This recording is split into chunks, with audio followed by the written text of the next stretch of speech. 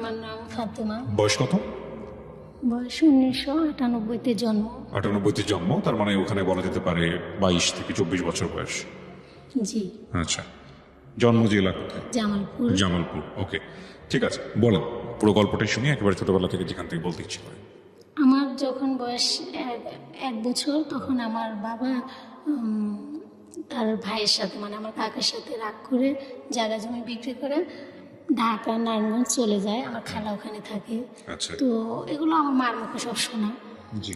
তো ওখানে চলে যায়, যাওয়ার পর ওখানে আমি, আমার ছোট ভাই, আমি আমার ভাই দুজনে ছোট, আর সবাই বড়। তো আমার মা কাজ করতো, আব্বা কাজ করতো, বড় আপা কাজ করতো, এভাবেই। তো আমার যখন 5-6 বছর বয়স হয়, তখন দেশে চলে যায় নিয়ে।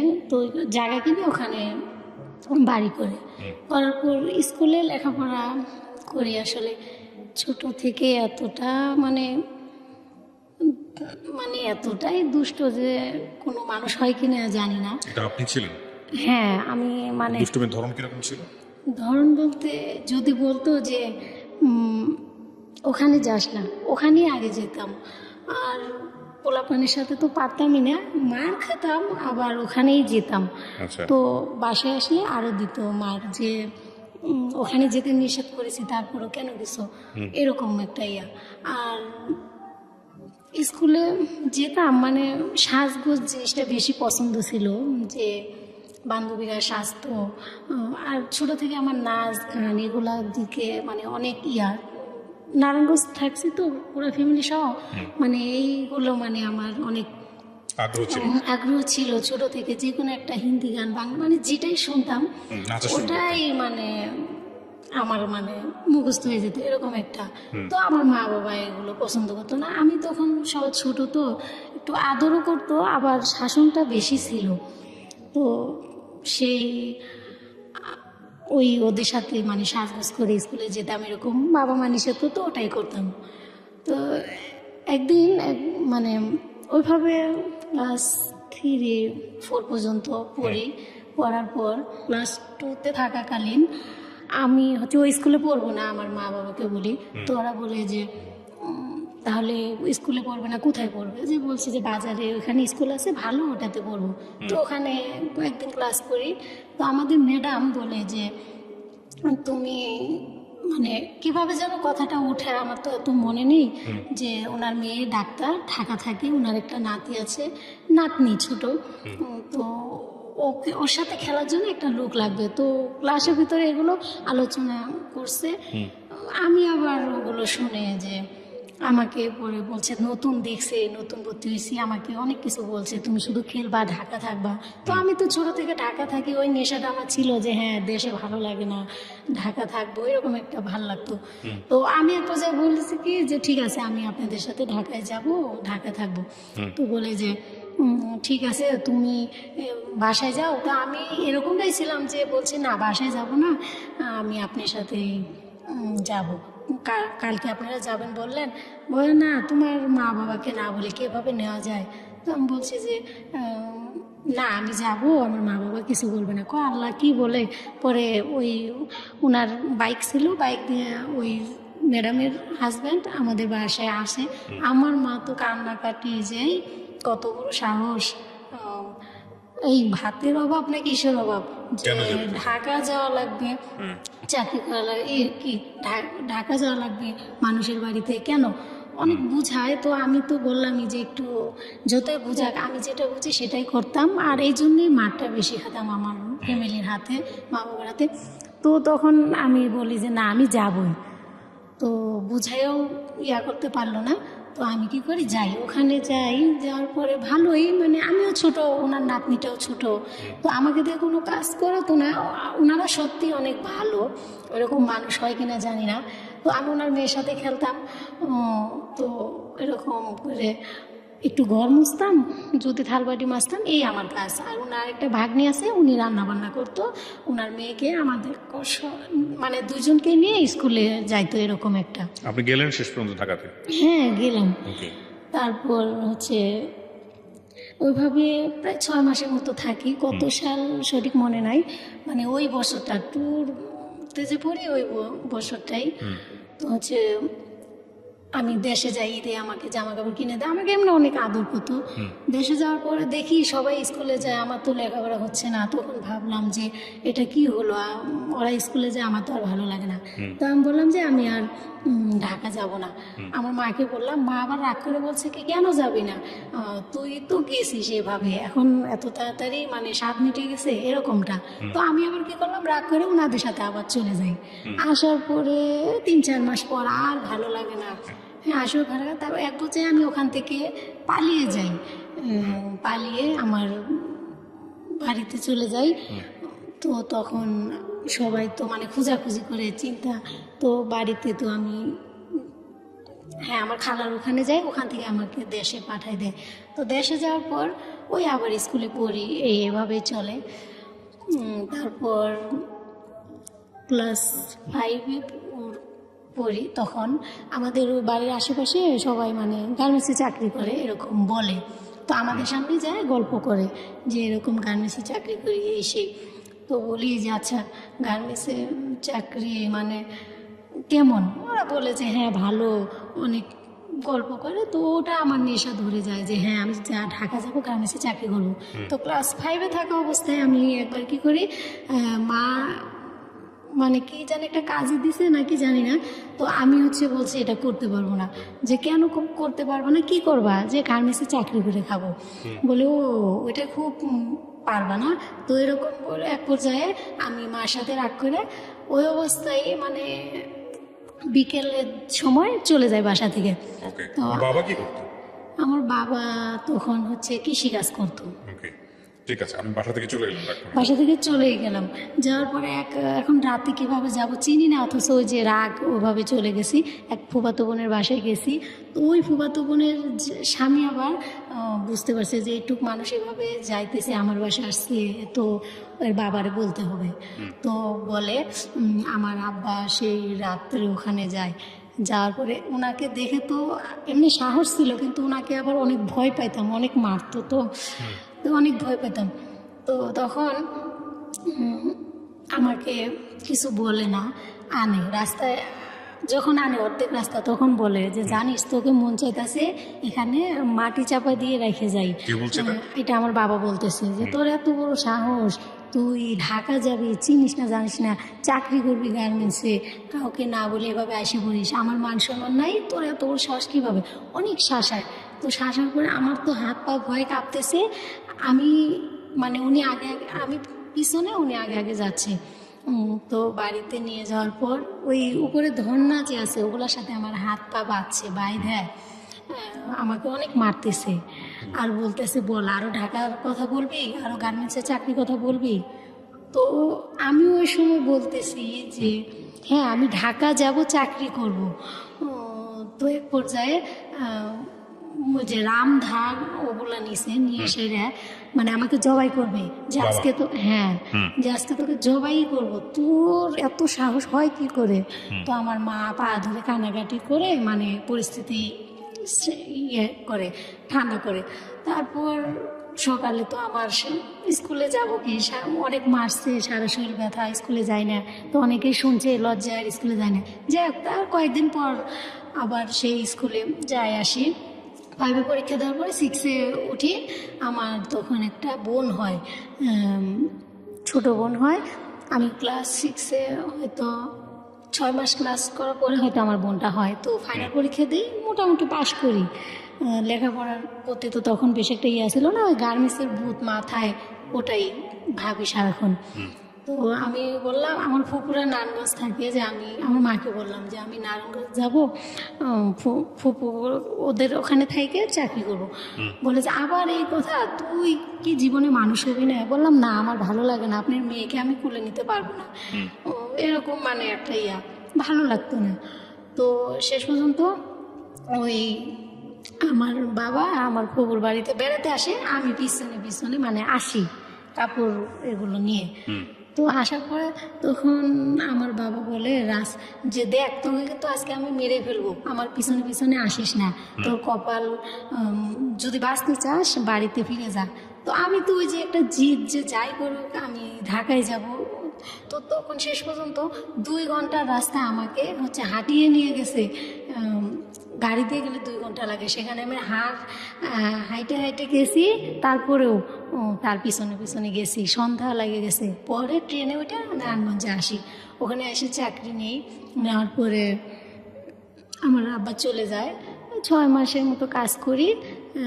তো আমার আপা বলে যে দেখ, তুই নিজের ভালো কি জীবনেও বুঝবি না, তুই কি চাকরি করবি, কি তুই তো কিছুই কাজ জানোস না, বুঝোস না, ছোট মানুষ, অনেক কিছু বুঝায়। তো আমি তারপরে 6 মাস চাকরি করার পর আপা বলে কি যে যা, তোরে আমি বই কিনে দেই, 7-এ যায় ভর্তি হবি, লেখাপড়া করবি, অন্তত SSC পাসটা কর, বুঝোস না কিসের গার্মেন্টস, তুই জানোস কি কষ্ট, এরকমটা বললে আমাকে বুঝায় পাঠাই দেয়। আমি আবার ওনার কথা শুনে যাই, আমাদের বাড়িতে এসে পড়ি।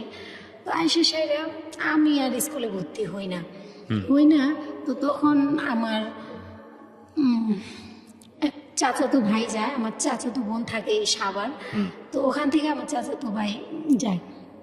যাওয়ার পর আমি বলি যে আমি ওর সাথে ঢাকা যাব, যে কেন ওর সাথে ঝগড়া হবে? চাকরি করব। আচ্ছা, মানে আপনার কোনো কিছুতেই আপনার ভালো লাগে না, না, স্থির না। হ্যাঁ, আচ্ছা, হ্যাঁ। যে আমি গার্মেন্টসে চাকরি করব, ওটা মাথায় চাপছে, ওটাই করব। এই বলে যে না, ওখানে যাই কি চাকরি করবা, কাজ জানো, যে হ্যাঁ কাজ শিখছি একটু একটু, এরকম বললে মানে ওকে একটু বুঝায় সুঝায় ওর সাথে আইসে পড়ি। তো আমার বাবা মা তখন আর কিছু বলে না, যে প্রথমেই শুনে নাই, এখন আর কি শুনবে। তো যাই, ওদের ওখানে যায় থাকি। আমার এক মামি, ও আমার চাচাতো বোন, ওনার স্বামী নেই, ওনার এক ছেলে, আমরা 4 জন থাকি আর কি এক রুমে।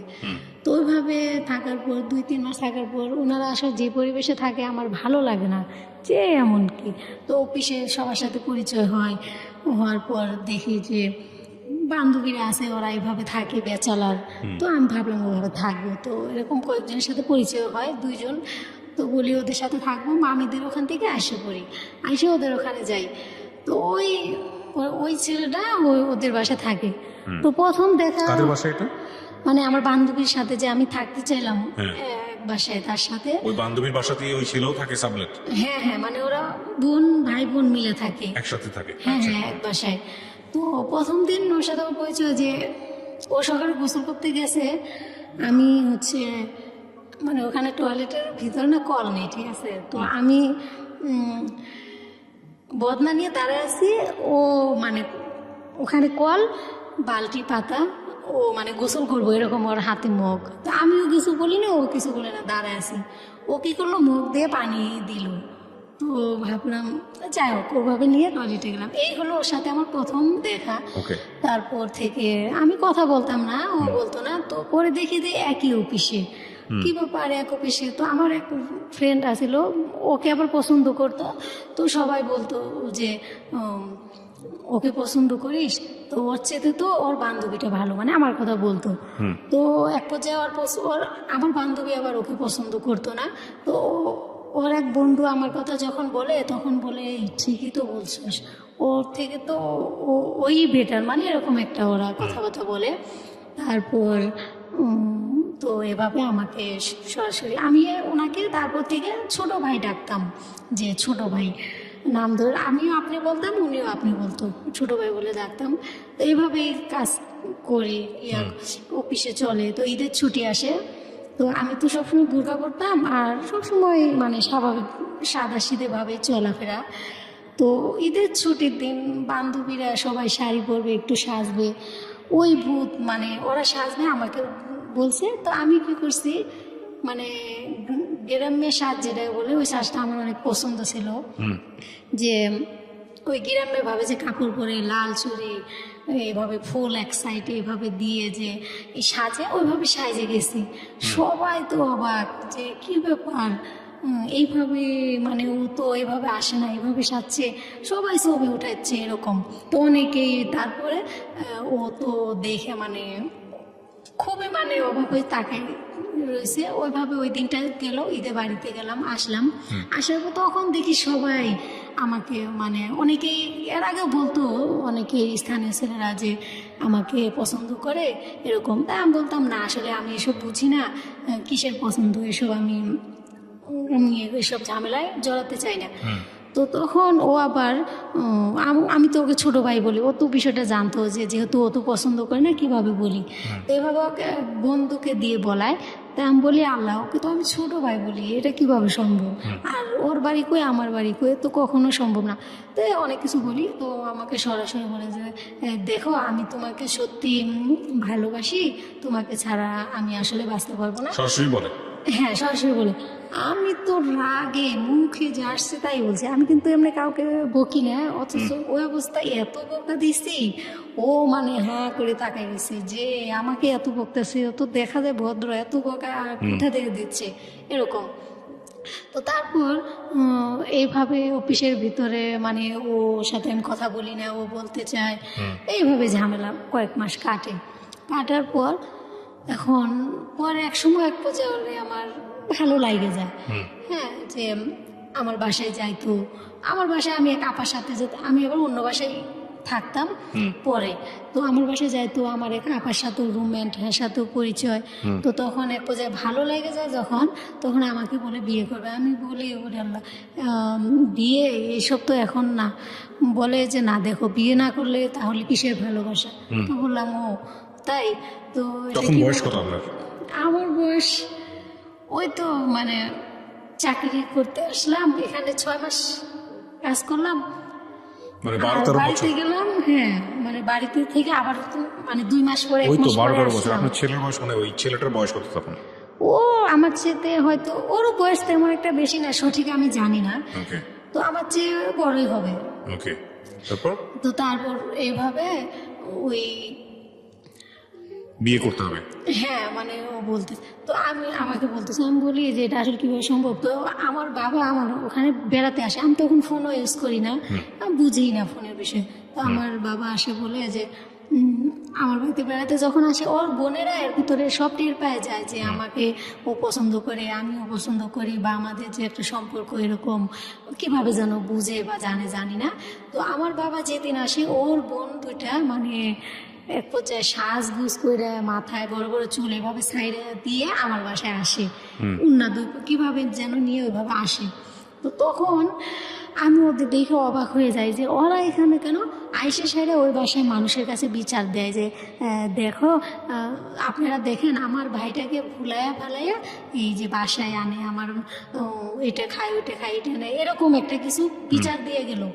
তো আমার বাবা দেশে থেকে আসছে, এগুলো তো কিছুই জানে না, বা আমিও তো কিছু বলি নেই। আমাদের জাস্ট ও পছন্দ করে, আমি পছন্দ করি, অফিসে দেখা হয়, এতটুকুই। আর আমার বাসায় মাঝে মাঝে আসতো, আমার রুমমেটের সাথে তার পরিচয় ছিল এই জন্যে, বা আমার হয়তো 2টা নিয়ে আসতো। তো আমার এরকম বলার পরে আমার বাবারে আমি জীবনে কোনো সময় আসলে কান্না করতে দেখি নেই। তখন কি বিয়ে করছেন আপনারা? না না না, তখনও বিয়ে করেন? বিয়ে করিনি, কান্না করতে দেখেন নাই? তারপর কখনো জীবনে কান্না করতে দেখিনি। অথচ সেই দিন তারা যখন এসে ওইভাবে বিচার দিয়ে গেল, বাড়ি ভর্তি মানুষ, আমার আব্বা ঘরে বসে আছে, আর সবাই বলতেছে যে আজকে এর বিচার হবে, বিচার আরো কি কি অনেক কিছু হয়তো বলছে, অতটা মনেও নেই। তো আমার বাবা শুধু আমারে বললো যে আচ্ছা তুই কি এগুলো করার জন্যে এইভাবে এই ঢাকা শহর আসছিস? এই জীবনে তো সবই করলি, এটাই বাকি ছিল না? তো এইভাবে মানে তার চোখে পানিগুলো টলমল করতেছিল, এভাবে আমারে বলতেছিল। তো এই প্রথম আমি তার চোখে ওরকম পানি দেখতে পাই। তো আমার ওই বয়সটার সময় আমি টয়লেটে যাই, মানে এত ভাবে মানে মুখ চাপে ধরে কান্না করি, যেটা আসলে কষ্ট পান আপনি? বাবাও কষ্ট পায়? হ্যাঁ, অনেক, তারপর মানে ওনার ওটা দেখে অনেক কান্না করি। তো পরে হাত মুখ ধুয়ে এসে তো বাবারে বলি যে আপনি খাইতে দিছি, খাইলো না, যে ঘুমান। তো পাশের রুমে বেচালার থাকে, ওনাদের সাথে ঘুমাতে দিলাম। তো যাক, আল্লাহর রহমত, ভালো ভালো আর কিছু হয় নাই তখন। তো উনি সকালে চলে গেল, আমি ওখানে থাকলাম। তো চাকরি করি এভাবে, আরও কি হয়েছে হয়তো কিছু তো মনেও থাকে না, এত বছর আগের কথা। তো যাই হোক, ও আমাকে বলে, ও আমার নিয়ত যে এত কিছুর পরে তো আসলে ওই ছেলেকে তো ওর কাছে বিয়ে বসবো এটা তো অসম্ভব। তো আমার মনের একটা টার্গেট যে আমি দেশে চলে যাব, সামনে পয়লা বৈশাখ আসতেছে, এরকম একটা টার্গেট। তো ও তখন বলে যে ও বুঝতে পারে বেতন দিবে হয়তো 2-3 দিন আগে। তো ও বুঝতে পারে, ও ছেলেবেলে ভাড়া করে যে আমাকে যেভাবে হোক। আমি ওকে বলি যে হ্যাঁ ওকে বিয়ে করব। ও আমাকে বলে আমি রুম নিছি, সত্যি মিথ্যা ও জানে সেটা, বলে রুম নিছি। আমি শুধু ওর কথায় হ্যাঁ হ্যাঁ করে গেছি যে ঠিক আছে, যে বলে রুম নিছি আমি তো তোমাকে বিয়ে করব। তো আমি চাচ্ছিলাম যে ওকে যেভাবে বলি আমি ওখান থেকে কাইটে পড়ার জন্য মানে ওকে এসব সান্ত্বনা দিতাম। আর ও বুঝতে পারছে যে আসলে আমি মিথ্যা কথা বলতেছি। তো ওইখানে স্থানীয় ছেলেপেলে ভাড়া করে নিয়ে অফিস ছুটি হয়, সবাই ফ্লোরে সবাই জানে যে আজকে ও আমাকে বিয়ে করবে, আমি যদি বাড়াবাড়ি করি আমার ক্ষতি করবে, এই আপনি জানেন না? আমি জানি না। তো এখন সবার বেতন দেয়, আমার বেতন দেয় না। আমি বলি যে আমার ওখানে অফিসে আরো আপা ডাকি বান্ধবী, ওদের বলি যে আচ্ছা আমার বেতন দেয় না কেন, সবার তো বেতন দেওয়া শেষ, আর আমি তো অপরটার হেল্পারও না, তাহলে আমার বেতন এখনো দেয় না কেন? কই তুই কি এখনো কিছু বুঝিস নেই? যে কেন কি বুঝবো? কই দেখ নিচে তাকায়, তো জ্বালানাতে তাকায় দেখি ওখানে পোলাপান ও মানে টাকা দিয়ে রাখছে এরকম। তো আমাকে সুপারভাইজার সবাই বোঝায় যে ছেলে তো ভালো, সমস্যা কি, ও বিয়ে করতে চায়, করো বিয়ে, সমস্যা কি, ভালো তো। আমাকে বোঝায়। আমি কইছি যে না আসলে আমি বিয়ে করব কি, ওরা তো আমি বলছি মানে ওটা আমি সুপারভাইজারে বলতেছি যে আমি তো ওরে বলছি যে আমার বাবা সামনে পয়লা বৈশাখ আসে, আমার বাবা যদি আসে তাহলে বিয়ে শাদী চাই হোক ওনার মতে, এভাবে। তো এরকম করতেছে কেন, বুঝে না কেন? বলে হ্যাঁ ও তো বলতেছে যে তুমি চলে যাবা, এই জন্য ওইগুলো করতেছে। তো এক পর্যায়ে আমার বেতনটা দেয়, হ্যাঁ, ফ্লোরে সুপারভাইজার ওই আমার সাথে একটা আপা, আমার রুমমেটে আমি ফোন দিয়ে বলছিলাম গেটে আসতে। তো যাই হোক আমাকে ও ফ্লোরে আইসে মানে টাইমে হেসরায় সিঁড়ি দিয়ে নামায় নিয়ে যাইতেছে। তো আমি ওকে মানে ওই অবস্থায় আমার মাথা গরম, প্রচণ্ড বকতেছি। ছিল না আপনাকে হেল্প করার মতো? না, ওখানে আমার হেল্প করার মতো কেউ ছিল, মানে সবাই বলতেছে যে ছিল তো ভালো, সমস্যা কি, বিয়ে কর। কিন্তু আমি আসলে চাচ্ছিলাম না যে না, এটা আমার বাবাকে এখনই এইভাবে কষ্ট দিল, ওনার কি অপরাধ ছিল, আর এটা সম্ভব না এরকম একটা। তো যার কারণে আবার ভালোও লাগতো না, হয়তো একটু ভালো লাগলেও বেশিটাই ভালো লাগতো না এরকম। তো তারপর ওইভাবে নিয়ে যায়, আমি অনেক বকাঝকা করি। তো গেটের সামনে নিয়ে ও আমার রুমমেট আসার পরে ওরে বলতেছে কি ব্যাপার, তুমি ওর হাত ছাড়ো, এরকম করতেছো কেন? হ্যাঁ, মানুষের অমানুষের মতো ব্যবহার করতেছো। তো ওরা বলে কি যে চুপ থাকেন, আপনি কথা বললে আপনার ওই সমস্যা হবে, চলে যান। কয় আমি ওরে না নিয়ে যাব না, কয় আপনি ওরে নিতে আসলে আপনার ঝামেলা হবে। তো এক পর্যায়ে দুইজন দুই দিক থেকে আমার হাত ধরে টানাটানি করতেছে রাস্তার ভিতরে, এরকম পরিস্থিতি। তো ওখানে আবার স্থানীয় এক আঙ্কেল দোকানে চা খাচ্ছে, আবার ওনার ভাসতে মানে ভাইয়ের ছেলেরা এই ছিল এই কাজের সাথে জড়িত। তো উনি বলছে এই কি হয়েছে, এখানে আস, একটা মেয়ের সাথে এরকম করতেছিস, মেয়েও তো দেখতেছি ছোট, ওর সাথে এরকম কেন করতেছিস? তো সব ওরা বলে যে এরকম এরকম ও রুম নিতে বলছে, ও বিয়ে বসবে, এখন দেশে চলে যাবে, এরকম সব বললো। তা আমি বললাম যে না দেখেন আঙ্কেল, আমার বাবা আসবো, তাই বিয়ে শাদীর বিষয়টা কিভাবে আমি একা করব। তো এরকম বললাম, বলার পরে বলে যে ও তো ঠিকই বলছে। তো ও বলে না, ও তো মিথ্যা কথা বলতেছে, ও তো বেতন টাকা পাইছে, ও আজকেই চলে যাবে, কালকে সকালে তো ওরা খুঁজেই পাবো না, ওরা বিয়ে করবো কিভাবে? তো আঙ্কেল বলে যে এই বেশি বুঝো, চুপ করো। ওর বোনদের ডাকায়, ওর বোনরা আসে, ওর বোনদের সব বুঝায় বলার পরে ও বলে না আমি ওকে আজকেই বিয়ে করব। তো ওকে একটা থাপ্পড় দেয় যে ঠিক আছে আজকেই বিয়ে কর, ওর যা লাগে আমি দিব, মানে ওর ঘরের যা ফার্নিচার লাগে আমি দিব, ওর গয়না দিয়ে সাজিয়ে নিয়ে যাও, তাহলে ওকে আজকে বিয়ে পড়াই দিব, যা। তো তখন বোঝায় সোজা ওর বোনেরা আগে চলে যায়, ও চলে যায়। তখন আমি ভাবলাম যে যাক বাঁচলাম, এরকম একটা ইয়া। তো আসার সময় ও আমাকে বলে এই রুম নিচে টাকা দিয়ে যা। তো আমার তো মাথা ওই সময় এমনিতেই মানে রাগ, তো আমি বলছি কত তরুণ ভাড়া, কয় 2400 টাকা দিলাম, 100 টাকা ভাঙতি নেই, তো বলছি নিয়ে আর 100 টাকার বিষ খাবি।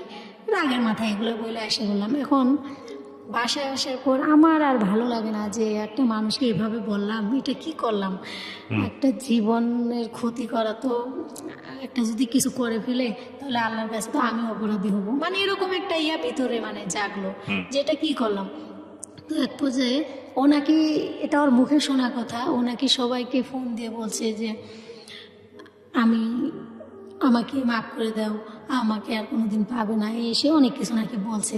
তো এক পর্যায়ে আমার কাছে ফোন নাম্বার ছিল, আমার কাছে ফোনটা দেয় নাই, আমি ফোন দিছি যে আচ্ছা আপনি কই, তখন আপনি করে বলি যে আপনি কই, আমি কই সেটা তুমি জানে কি করবা, যে না আপনি দেখেন আমি ওটা বলছি, রাগ করেন না, ঠিক আছে। বলে আমি এমন জায়গায় আছি কোনোদিনও ফিরে আসবো না, এর জন্য তুমি দায়ী। তো বললাম দেখেন কিছু কইরেন না, ঠিক আছে আপনি আমাকেই চান তো যান, আমিও আপনাকেই চাই, তো আপনি কিছু করেন না, বাসায় যান, কালকে সকালে এই অফিসের সামনে আপনি আসবেন। তো অনেকক্ষণ কথাবার্তা বললে এরকম একটা ওর প্রতি একটা টান এসে গেল যে এটা কি করলাম, এরকম মানে বলছি কথাগুলা। তো সকালে আমার তো ফোন দিছে আসো, যে আসবো, কেন, তুমি রাত্রে কি বলছিলা, না আসলে সব কিন্তু রেকর্ড করা আছে, তাহলে কিন্তু বুঝবে। তো বললাম যে আচ্ছা আসলে কি হবে, যে আসলে কি হবে, তোমাকে বিয়ে করবো, ঠিক আছে বিয়ে করলে তো শান্তি, ঠিক আছে। তো গেছি ওর বন্ধুর বাড়িতে নিয়ে যায়, তো সবাই অফিসের ভাবছে, আমরা দুজনে তো অফিসে যাইনি, তার পরের দিন সবাই ভাবছে আমাদের বিয়েটা হয়ে গেছে, তো বিয়েটা তো হয় নাই। পরের দিন আমাদের রাতের 12টার দিকে বিয়েটা হয় কাজী অফিসে, মানে রান্নাবান্না করে কি মানে এরকম। আমার জানতো এটা না। ও তারপরের দিন সকালে যে আমি যাই, আমার রুমমেটে শুধু বলি যে আমি এক জায়গায় যাইতেছি, যে কোথায় যাও, যে আপনি পরে বলবো।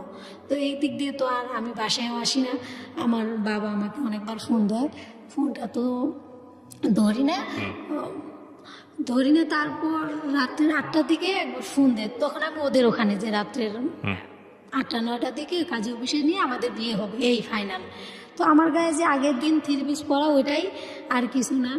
তো আমার আব্বা ফোন দিয়ে শুধু বলল যে আচ্ছা আজকে আমার জিজ্ঞেস করে যে তুমি কই, আমি মিথ্যে কথা বলছি যে আমি বাসায়, যে বাসায় এখনো মিথ্যে কথা বলতেছো, এই জীবনে আর কত আমাদের কষ্ট দিবা, তুমি এখন তো বাসায় না, ও যা করতেছো ভালোই করতেছো, আজ থেকে মনে করবো আমার একটা মেয়ে মারা গেছে।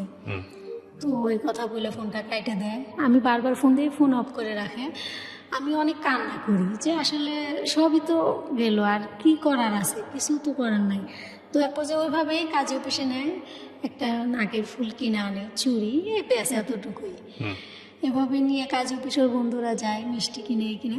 এখন কাজই বিয়ে পড়াবে না, আমার কাগজপাতিতে বয়স হয় নাই, এগুলা ওর কাগজপাতিতে হয় নাই, আমি চাকরি করি অন্য কাগজ দিয়ে, ও অন্য কাগজ দিয়ে চাকরি করে, ওর খালাতো ভাইয়ের কাগজপাতিতে এই। তো কাজী এখন স্থানীয় ছেলে পেলে ওরা তো বলছে, টাকাও দিছে, আবার অনেক ভয় দেখাইছে। তো আমাকে কবুল বলতেছে, আমি বলি যে ওই সময়টাতে আমার মনে হইলো যে আসলে এটা আমি কি করতেছি, আমি কবুল বললে ও আমার স্বামী, আর আমি এটা কি করলাম, আর এখান থেকে আসলে তো আমার বেরোনোর মতো কোনো রাস্তা দেখতেছি না, এটা আসলে আমি কি করতেছি, এরকম একটা মনে হলো। আমি বলি না কবুল, তখন কাজী বলে যে এইটুক মেয়েকে জোর করে আয় না, এভাবে বিয়ে, মেয়ে যদি কেস করে সবাই কিন্তু ফাইসে যাবা, মেয়েকে রেখে আসো। তো বলে যে দেখেন আপনার কাজ আপনি করেন, আপনি এত কিছু ভাবতে হবে না। তো আমাকে অনেকবার বলার পরে তখন বলি কবুল, বলার পরে তারপর আমার ওই কাবিন কি এগুলো কি আমি তো কিছু জানি না, সাইন দিতে বলছে দিছি, কবুল বলতে বলছি। আর এক উকিল বাপ হয় কে যেন, তো 80,000 টাকা মনে হয় কাবিন দিবে, তো আরেকজনে বললো না 1 লাখ টাকা, এভাবে হয়তো কাবিনটা হয়। তো মিষ্টি খায় রাতের 12টা বাজে যাওয়া হয়। যাওয়ার পর এখন ঘুমাবো কোথায়, সে আমার রুমমেট আমি আমার রুমমেট। তো আরেক পাশের রুমে হেরা বলতেছে যে ওরা দুজনে এখানে ঘুমাক আর আমার রুমমেট অন্য রুমে। আমি বলছি না না, এভাবে সমস্যা নেই, ও চোখের উপরে থাক, আমরা দুজন নিচে থাকবো। যাই হোক, ওভাবে রাতটা কাটে, এক ঘরে তিনজন ওইভাবে ঘুমায়, রাতটা কাটে কোনো রকমে। তো তারপরে এখন তো রুম নিতে হবে। রুম নেওয়ার পর ছোটো একটা রুম নেয়, তো আমার রুমে কোনো কিছু নেই। তো তারপরে ওর বোনরা, মানে আমার রুমে কিছু নেই, ওদের মানে ওর বোনের রুম থেকে একটা কাঁথা, বালিশ, অনেক গরম একটা ফ্যান আনে। ওকে আপন বোন ছিল? হ্যাঁ, ওরা আপন বড় বোন। তো আমার বান্ধবী ছিল আপনার তো ভাই বোন? ওরা তো ভাই বোন, আর আমরা থাকতাম, আমার যে বান্ধবী ও পিসির ওকে। তারা। তো তারপর ওই ওরা আসে, আমি বাইরে দাঁড়িয়ে আছি হয়তো, আর ও তো কোথায় যেন গেছে। ওরা আইসে মানে আমাকে দেখেই মানে মুখ দিয়ে যা আসতেছে তাই বলতেছে। কি কারণ ওর বোনরা? হ্যাঁ, বকাঝকা করতেছে। তারপর হচ্ছে বলে যে তোর কিছু নাই, আর আর এখন আমার ফ্যানের বাতাস তোরা খাবি, এটা এটা তো আমি খেতে দেবো না। তো ফ্যানটা খুলে নিয়ে যায় আর বকাঝকা ঝাঁতো করার করে। আমার তো মাথা গরম হয়ে যায় যে এটা আসলে কিভাবে সম্ভব যে ওর বোন ওদের কাছ থেকে আনছে আর এর জন্য আমাকে এসে এইভাবে বকাঝকা করতেছে। তো ও আসলো, এসে শুনলো এইভাবে। শোনার পরে দেখি ও কিচ্ছু বললো না, ওর বোনেরা চলে গেল। তো আমার ঘরে তখন একটা জগ মগ ছিল, তো আমি একটা আচার দিয়ে ওটা ভাঙার পর ওকে আমি বকাঝকা করি। আর কাবিননামার কাগজটা বিছানার নিচে থাকে, ওটা আমি একটা দিয়ে ছিঁড়ে ফেলি, যে অনেক বকাঝকা করি ওকে। গলা টিপেও ধরতে যাই যে আজকে আমার জীবনটা এভাবে শেষ করে দিলি, মানে এভাবে তোর বোনেরা এসে তুই তো কোনো কথাই বললি না, আজকে মাত্র 3 দিন, অথচ একটা কথাও তুই বললি না। আমার তোর মতো স্বামী আমার প্রয়োজন নেই, আমি চলে যাব, 2 চোখ যেদিকে যায়। এগুলো বলে আমি হচ্ছে বেরোবো, সবাই মিলে আমাকে ধরে বুঝায়, অনেক ইয়া করে। তো যাক, ওভাবে 2-4-6 মাস ভালোই কাটে। তো দুজনেই তো নতুন, আমি নতুন অপারেটর হয়েছি, ওই সময় তেমন একটা কাজ ভালো জানি না, ও মোটামুটি অপারেটর। তো এভাবে ঘরে কিছু নাই, এটা সেটা কিনা লাগে, হাঁড়ি পাতিল এই এভাবে। তো 1 বছর 2 বছর ভালোই কাটে। আমার বাড়িতে পরে যাই, সবাই মাইনে নেয়, যাওয়া আসা হয়। ওদের বাড়িতে প্রথম যেদিন যাই দেখি যে ওদের বাড়িতে একটা থাকার মতো ঘরও নাই, যে একটা ঘর আছে 2 চালা অন্যের জমির উপরে। তো আসলে আমাকেও বলে যে আমি তো যতটুকু জানি যে মানুষের ঘর হলেও থাকে, জমির ভিটাটাও থাকে, কিন্তু ও যে আমাকে বলতো আসলে যে এটা সত্যি সেটা আসলে তো আমার জানা ছিল না। যাই হোক, তো ওইভাবে নিয়ে যাওয়ার পরে আমি ওগুলো দেখি, মানে সবাই বলে এই নতুন বউ নতুন বউ, আমাকে দেখে তো সবাই অবাক যে ওরে আল্লাহ, এই মেয়ে কই থেকে আনছে, এই ছেলে এই বউ পাইলো কই, মানে সবাই খুব পছন্দ করছে এরকম বলতেছে যে কিভাবে পাইলো। তো তখন আমি সবার সামনে আমার চোখের পানি আর আটকে রাখতে পারি নাই, এত কান্না করতেছি, পানি আটকে রাখতে পারি না। ও আমাকে বলে যে দেখো কান্না করো না, মানুষে বলবে আমি তোমাকে জোর করে আনছি, দয়া করে তুমি কান্না করো না। যাই হোক, পরিস্থিতি সামাল দেয়। তার 2-3 দিন থাকার পর ঢাকা আমরা আবার এসে পড়ি, চাকরি বাকরি করি। আর আমি বলি যে ও এই হলো তোমার অবস্থা না, আর বড় বড় উক্ত ইয়া করতে, আমাকে ছাড়া বাঁচবে না, আমাকে রাখবা সেই ঘরই তো নাই তোমার থাকার মতো, অন্যের জমিতে থাকো, এরকম বলতাম। তো ওকে আমি তারপর থেকে অপছন্দরা বেশি, যে বিয়ে 3 দিন পর ওর বোনেরা মুখ দিয়ে যা আসলো তাই বললো একটা নতুন বউকে, এটা আমি আসলে খুব কষ্ট পাচ্ছিলাম, মাইনে নিতে পারি নাই। তো আরও ওই পরিস্থিতি, আবার যা ইনকাম করি দুজনে মিলে ওই টাকাটা ওর বাড়িতে দেওয়া লাগে, আমাদের মোটামুটি রাইখে। তো এইভাবেই চলার পর টাকা পয়সা নিয়ে রোজ আমার সাথে ঝগড়া মানে বেতনটা পাইলেই ওর বাড়িতে টাকা দিতে হবে 5,000 কিস্তি। তো আমি তখন বলি যে আচ্ছা, এত 4-5 বছর তো টাকা দিলাম, এখনও কি দেওয়া লাগবে? তাহলে আমরা কি সারা জীবন এভাবে এই আপনার কিস্তি চালাবো বাড়ির? বলে যে আমার বাবা নাই, কি করবা দেখো। যে ঠিক আছে 5 বছর দিছে, আর পারবো না। তো না দিলে ওই যে বকাঝকা মারধর এরকম। তো আমি অনেকবার চলে যাই, আমার ফ্যামিলিকে বলি, আর ওর কথাবার্তা এত মানে মানুষের সবার সাথে বলে, সবাই আমাকেই বলে যে তুই ভালো না, তো ছোট থেকে আমরা পালছি, তোর আচার ব্যবহার, তোর তো রাগ জিদ, তুই ভালো না, ও ভালো, এরকম সাপোর্ট করতো। তো এভাবে আমি আমার এক বান্ধবীর বাসায় চলে যাই। তো আসলে ওর প্রতি এমন একটা মায়া ছিল যে যত দূরে যেভাবে মানে এত কষ্ট দিত, আবার আমিও কষ্ট দিতাম ওকে। ও আমাকে ছাড়া থাকতে পারতো না, আমি ওকে ছাড়া থাকতে পারতাম না।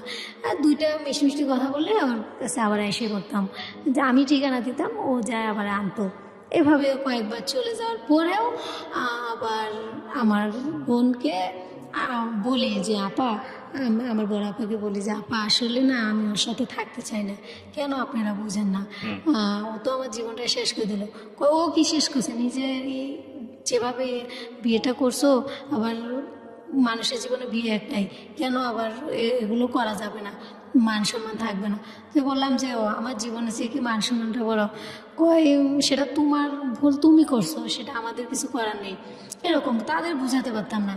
এক পর্যায়ে আমি 4-5 বার চলে যাওয়ার পরেও ওকে আমি ডিভোর্স দিই, আমার ডিভোর্স দিই। আর আমি এমন একটা পর্যায়ে করি যে একবারে অনেক মানে সবার চোখের আড়াল থেকে লুকিয়ে থাকবো, আর যেন আমাকে কেউ খুঁজে না পায়, এরকম একটা প্ল্যান করি যে কেউ যেন খুঁজে না পায়। আমার কাপড় চোপড় যা এগুলো নিয়ে আমি চলে যাই, ওকে ডিভোর্স কাগজ পাঠাই দিই। তো অনেক খোঁজাখুঁজি করে পায় না, পরে দেখে আমার ফুপুর বাসায় আসি।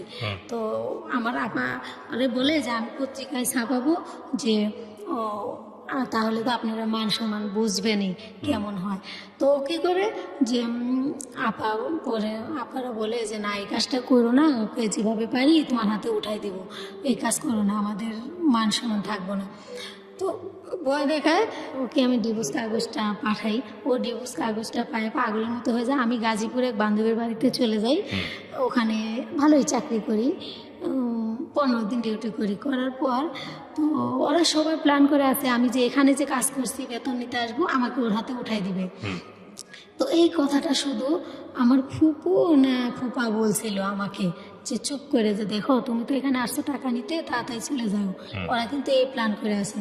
তো বললাম ও তাই, তো বুঝতে পারে। তো ও টাকাটা নেওয়ার পরে ও তখন আসার পরে না, তখন ও আসে না, ও খবরটা পায় যে আমি টাকা নিতে আসছি। তো ওরা আবার জাদুটো না এগুলো বিশ্বাসও করে, এগুলো করেও। তো করার পরে এখন আমাকে মানে ওকে কি একটা সোরা শিখাই দিয়েছে, আমাকে ফোন দিত যে দেখো তুমি কোথায় আছো, যে আমি কোথায় আছি সেটা আপনাকে কেন বলবো, কই না বলো, তোমার নামে অ্যাকাউন্টে টাকা ছিল, তো মানে আমাকে যেভাবে বোঝাতো আমি সেটাই বুঝতাম, এরকমটা ছিল যে তোমার নামে অ্যাকাউন্টে টাকা আছে, তো দুজনে অ্যাকাউন্ট করছিলাম, তো টাকাটা তুমি ছাড়া তো উঠাইতে পারবো না, যাও, তুমি না থাকলে তো আর জোর করে রাখা যায় না, তোমাকে আমি আর মানে ডিস্টার্বও করবো না, তোমার পিছু আর ঘুরবো না, তুমি আইসে টাকাটা উঠায় যাও, তোমাকে ওই টাকাটা দিয়ে দেবো, তুমি আইসে টাকাটা নিয়ে যাও, কিন্তু মানুষে খালি লাভ কি, তুমি খাও, আমি তো তোমাকে ভালোবাসি, আমি খুশি হব, মানে যত রকমের লোক দেখাইতো। তো আমিও তো ওই যে আমি বললাম যে ও আমাকে যেভাবে বোঝাইতো সেটাই বুঝতাম। তো শেষ পর্যায়ে আমি যাওয়ার পর ওর বন্ধু বান্ধবী সবার সাথে মানে করে রাখছে যে মাইকো দিয়ে আমাকে এভাবে নিবে, ওদেরই আমি জানি না। তো ওর বন্ধুর বাসায় ওঠার পরে বিছানা রাত্রে ঘুমানোর পরে আমার সাথে এটা সেটা বলে, আমি বলি কথা বলবে না, আমি সকালে চলে যাব, কই ঠিক আছে যাইও। তো সকাল হয়েছে যাব, বলে না বিকেলে যাইও, না এভাবে আমি বিকেলে এরকম করতেছো কই আচ্ছা চলো তোমাকে গাড়িতে উঠাই দিয়ে আসি, এই কথা বলে যে বোরকা পরছি। ওরা তো এগুলো প্ল্যান করছে, আমি তো জানি না। মেন রাস্তার ওখানে ওর মাইকো নিয়ে আসছে, আইসা আমাকে ওইভাবে নিয়ে মাইকোতে ধাক্কায় উঠায় এই যে গাড়ি চালাচ্ছে, আমি এই যে চিল্লাইতেছি কান্না করতেছি, মানে যা বলার বাইরে। ওকে আমি গলা টিপে ধরতে গেছি যে দেখ তোকে তো আমি ডিভোর্স দিছি, ডিভোর্স কাগজটা তখন ও পায়ে এরকমটা মানে করছে যে তোকে তো আমি ডিভোর্স দিছি, তুই কেন আমার পিছিয়ে। তারপরে কি করছে আপনাকে নিয়ে? বাড়িতে নিয়ে যাওয়ার পর আমি ভাত খাই না, কারোর সাথে কথা বলি না, রাগ, শুয়ে আছি বিছানায়। সবাই তো মানে আইসে যে না এই বউরে এভাবে আনছে তো থাকবে না, সবাই অনেক বুঝায় সোজা। তো বলে যে তুমি কি চাও? যে আমি কি চাবো, আমি চাকরি করব না, বাড়িতে থাকবো, আমার সাথে থাকবে। আর বাড়িতে তো ওদের একটা ঘরও নাই, এভাবে একটা মানুষ থাকে না, কেউ তো মানুষের জমিনে থাকে। তো এই পরিবেশে আমি থাকতেও পারবো না, ওকে আমি ডিভোর্স দিছি, ওদের সাথে আমি থাকতে পারবো না। তো আমার শাশুড়ি বারবার বলে যে দেখো ডিভোর্সের কথাটা বললো না, কেউ তো জানে না, বললো না। তো আমাকে বুঝে এসে যে ওইভাবে রাখে, তো আবার আমাকে রাইখে ঢাকা আসবে। আমি বলি না, আমি তোমার এই পরিবেশে থাকলে তো পাগল হয়ে যাব। আমি তো তোমার সাথে ঢাকা যাব, কিন্তু আমি চাকরি করব না। যে চাকরি করবো না কেন? একা কীভাবে সম্ভব? যে সেটা আমি জানি না, আমাকে তাহলে আমার বাড়িতে দিয়ে আসো, আমি তোমার সাথে থাকবো না, ব্যাস।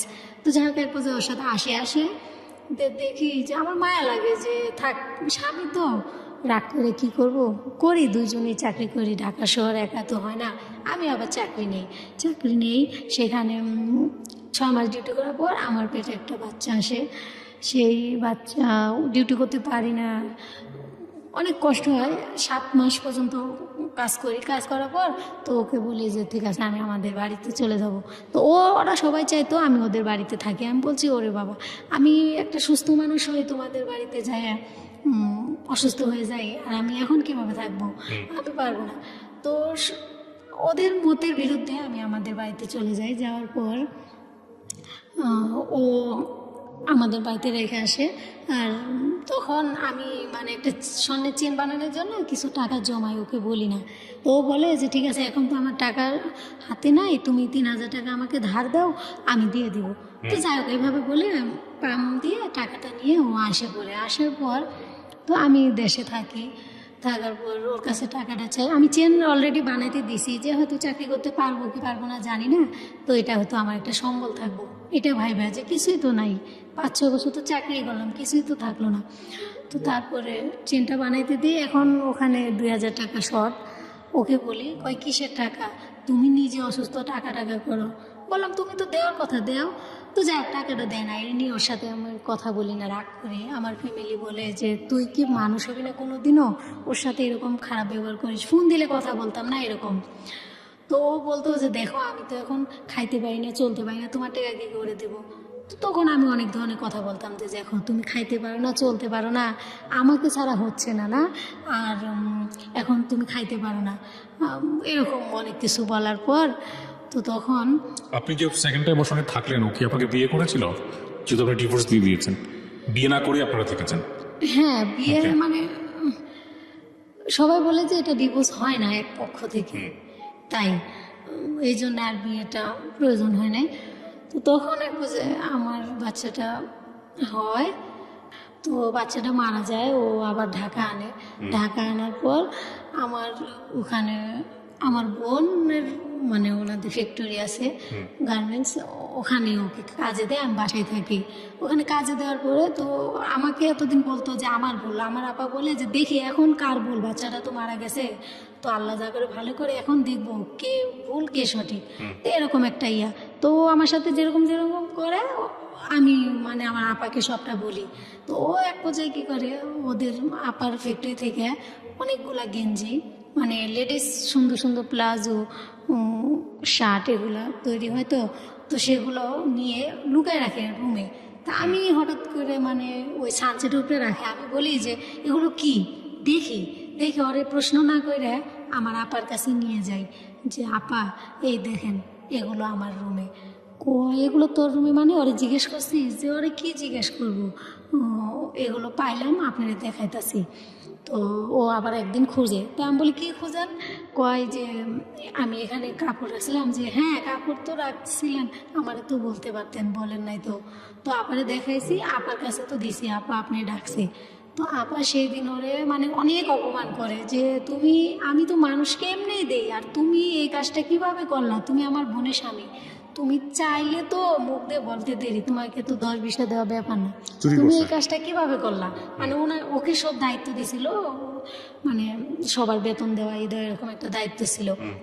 তো বলার পরে আপুকে বললাম আপা যাই করেন ওর সাথে আমি আর থাকতেই পারবো না, আমার সম্ভবই না। তো তখন বলে যে কি করা যায়? তো তখন আমি বলি যে ওকে আসলে এমনি তো যাইতে বললে যায় না, তো ওকে যেভাবে পারি এখান থেকে তাড়াতে হবে। তো আমি নারায়ণগঞ্জে যে আগে থাকতাম, ও দুলাভাই, ওখানকার দুলাভাই একটা স্থানীয়, সেই দুলাভাইয়ের সাথে সব বললাম যে ভাইয়া আগের বারও ওই ডিভোর্সটা দিয়েছিলাম ওনাকে নিয়েই, যে এমন এমন, তখন তো ও ছিল না, এখন তো এ আছে, তো এই দেখেন এই এরকম নিয়ে আমার বাচ্চাটা এরকম মারা গেছে, আবার আসছি, এই হলো আমার জীবন, সব বলছি যে ঠিক আছে তুমি ওকে নিয়ে কোনো রকমে আমার এখানে যেভাবে পারো আসো, তারপরে ওকে এখন সাথে নিয়ে ডিভোর্সটা করাবো। তো যাই হোক, ওকে পার্কের কথা বলি যে চলো আমরা ঘুরতে যাই, ঠিক আছে চলো, গেছি। তো ওই ভাইয়া আসছে, আসার পর তো ও তো দেখে অবাক, তো ও ভাইয়াদের বাসায় নিয়ে যায় কাজী অফিসে, ও ওখানে অনেক কান্নাকাটি করে যে দেখো তোমার এগুলো মনে ছিল। তখন আমি ওকে অনেক কথা বলি যে আমার জীবনটা নষ্ট করার জন্য তোমার আজকে এই মানে তোমাকে আমি একবারে আমার জীবন থেকে বাতিল করে দেবো, তুমি আমার জীবনে হ্যাঁ ওকে সাইন করাই, আর ও আবার মানে ওই একই কাগজে মানে কাজের কাছে থাকে, আর আগের বাচ্চা ইয়া করি, তো ওকে সাইন করাই, ও সাইনটা করে, কান্নাকাটি করে, যাই হোক ওভাবে ওকে তাড়াই দেওয়া হয়। ও আয়সা পড়ে, আয়সা পড়ার পর আমি আবার ওখানে থাকি। 2-1 মাস থাকার পর আমি আবার হচ্ছে মানে আবার আমি এই এলাকায় আসি। আসার পর ও কীভাবে যেন টের পায়, আবার আমাকে কথা ভুলায় বেলায় ফেলায়। তো আমিও ওর কথার জালে ফাইসে যাই যে হ্যাঁ যে আপনি আবার বিয়ে করবেন, বিয়ে করছেন নাকি আপনি মিথ্যা আকাশ শুরু করেছেন? হ্যাঁ, আবার তো বিয়েটা হয়নি, যে কেন হয় নাই সেটাও বলতেছি। বিয়ে হয়নি বাট একসঙ্গে থাকছেন, শেষমেশ কি করছেন? আমি বুঝতে পারছি আপনার গল্পটা যেভাবে গেছে আপস অ্যান্ড ডাউনে, ঠিক আছে। আপনি ওর সঙ্গে আতেন নাকি চলে গেছেন? না, আমি ওর সাথে নাই। লাস্টলি যে চলে আসছেন তখন কি আবার ডিভোর্স দিচ্ছেন? হ্যাঁ, সেটা আমাদের ফ্যামিলি থেকে ডিভোর্স। এই ঘটনাটা কবে ঘটছে? এই ঘটনাটা এই 1.5 বছর আগে। 1.5 বছর আগে ঘটছে। শেষমেশ যেটা হলো, ও আপনার জন্য বহুবার পাগল ছিল এবং শেষ পর্যন্ত যেটা হয়েছে যে ও আপনাকে ছেড়ে দিয়েছে, এখন আপনি ওর জন্য পাগল হয়ে গেছেন। ও কি বিয়ে শাদী করেছে? বিয়ে করছে, হ্যাঁ, আমার পরে মেয়েটা হওয়ার পর। আপনার কি বাচ্চা কাচ্চা হয়েছে ওর ঘরে? হ্যাঁ, আবার তো আমার আরেকটা মেয়ে হয়েছে। মেয়েটা কোথায় এখন? মেয়েটা ওদের বাড়িতে। আর আপনার সঙ্গে ডিভোর্স হয়েছে কত বছর? ডিভোর্স হয়েছে এই 1.5 বছর। 1.5 বছরের মতো। এই 1.5 বছরে কি আপনি অন্য কারোর সঙ্গে সংসার করা বা কোনো কিছু? না, ওইসব কিছু না। তো আমার একটাই কষ্ট যে আপনি কি রেডিওর মাধ্যমে ওকে কিছু বলতে আসছেন? না, আমি ওকে কিছু বলতেও আসিনি, ওকে বিশ্বাস করাতেও আসিনি।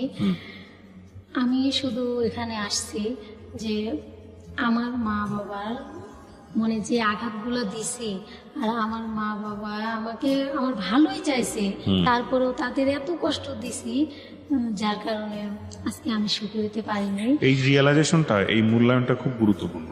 হ্যাঁ, খুবই গুরুত্বপূর্ণ। আপনি ছোটবেলা থেকে যদি একটা জিনিস দেখেন, আপনি একটা মানে অস্বীকার করার কোনো উপায় নেই, আপনি অবাধ্য ছিলেন পরিবারের। শুধু তাই না, এটা কোনোভাবেই মানে ডেফিনেটলি আপনার সঙ্গেও আপনার হাজব্যান্ড যে আচরণ করছে সেটাও অ্যাকসেপ্টেবল না। কিন্তু একটা মানুষকে যদি আপনি ছেড়েই দিবেন মন থেকে, ডিভোর্সের সিদ্ধান্ত তো নিয়ে তো তার সঙ্গে সংসার করার কোনো মানেই হয় না। আপনি ডিভোর্স দিচ্ছেন, তারপরে সংসার করছেন, 1 বার না 2 বার না, কয়বার হয়েছে এরকম ডিভোর্স? আমি 2 বার, একবার আমি দিই, পরে ওকে নিয়ে দেওয়ার পরে ও তো আবার আমাকে নিয়ে যায়। ফাইনালি তো আরেকবার দিচ্ছেন। ফাইনালি আমার বাবা ওদের বাড়িতে যায়, মানে আমার বাড়িতে 1 বছরে এত মানে অত্যাচার করছে যে মানসিকভাবে শারীরিকভাবে এত অত্যাচার করছে যে আমার মেয়েটা তখন ছোট 2 মাস বয়স, ও ঢাকায় আসে, আর আমার খোঁজখবর তো নিতই না, আমার সাথে কথাও বলতো না। তো এই চাপটা আমি নিতে পারতাম না, তখন আমি ওর জন্য পাগল হয়ে গেলাম যে সংসারের প্রতি, সন্তানের প্রতি একটা মায়া এসে গেল। তো এরকম আমাদের এই নিয়ে সারা এলাকার ভিতরে মানে বিচার, সালিশ, সবার মুখে এই কথা। আচ্ছা ফাতেমা, আমি আপনাকে একটা কথা বলি, সেটা হচ্ছে আপনার এই গল্প থেকে যদি আমাদের কিছু শেখার থাকে, আপনি দেখেন বিষয়টা ঠিক আছে কিনা। সেটা হচ্ছে মন হচ্ছে একটা অবাধ্য জন্তুর মতো, শক্তি আছে মনের। হ্যাঁ, সে যুক্তি মানে না, সে যুক্তির ধার ধারে না। যখন মনে হবে যে পৃথিবী বলবে না ঠিক না, তখন আমার মন বলতেছে এটা ঠিক। তো এই মনের কথা শুনে যে মানুষটা সবসময় নড়াচড়া করে, যে মানুষটা সবসময় মনকে নিয়ন্ত্রণ করতে জানে না, তার আসলে মনুষ্য জীবন থাকে না। তার তো নিজের ক্ষতি হয়, তার চারপাশে যারা থাকে তাদেরও ক্ষতি হয়। আপনার কখনো মনে হয়েছে ছেলেটা ভালো, আপনি ওর সঙ্গে থাকছেন, কখনো মনে হয়েছে ছেলেটা ভালো না, বের হয়ে গেছেন, ডিভোর্স দিয়ে দিচ্ছেন। ওর মনে হয়েছে যে না, যেমনি হোক মেয়েটাকে আমার কাছে রাখতে হবে, ও চেষ্টা করছে। এরকম করতে করতে করতে করতে শেষ পর্যন্ত দুজনের জীবনেই একটা ভয়ঙ্কর রকমের স্পট পড়ে গেছে। আপনি গল্পটা কেন বললেন আজকে রেডিওতে এসে?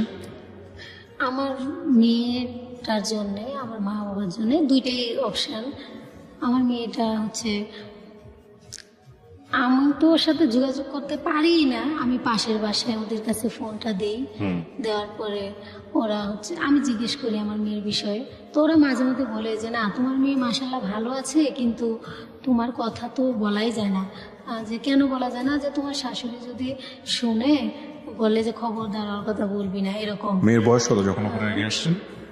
মেয়ের বয়স, আমি 1.5 বছর, তখন ওর বয়স 1 বছর হবে। তার মানে ওর তো কোনো স্মৃতিই নাই আপনাকে নিয়ে, সে অর্থে। স্মৃতি নাই বলতে, ওই যে যে বিয়ে করছে, যে মেয়েটাকে বিয়ে করে, তো সেই মেয়েটাকে মা ডাকে, সেই মেয়েটাকে নিয়ে মানে খুব তো আমাকে চিনেই না, জানেই না। তো আমার এটা যে আসলে আমার জীবনে যে কথাগুলো আমি জানি না, এভাবে আসলে বলতে পারবো কিনা কোনো দিন ওকে। তো ও যদি, আল্লাহ ওকে হায়াতে বাঁচায় রাখুক, ও যদি কোনো দিন কখনো শুনে, তো আসলে ও যেন মানে এই কষ্টটা ওর মনে যেন না থাকে যে আমার মা এভাবে আমাকে রেখে চলে গেছে, এত ছোট রেখে।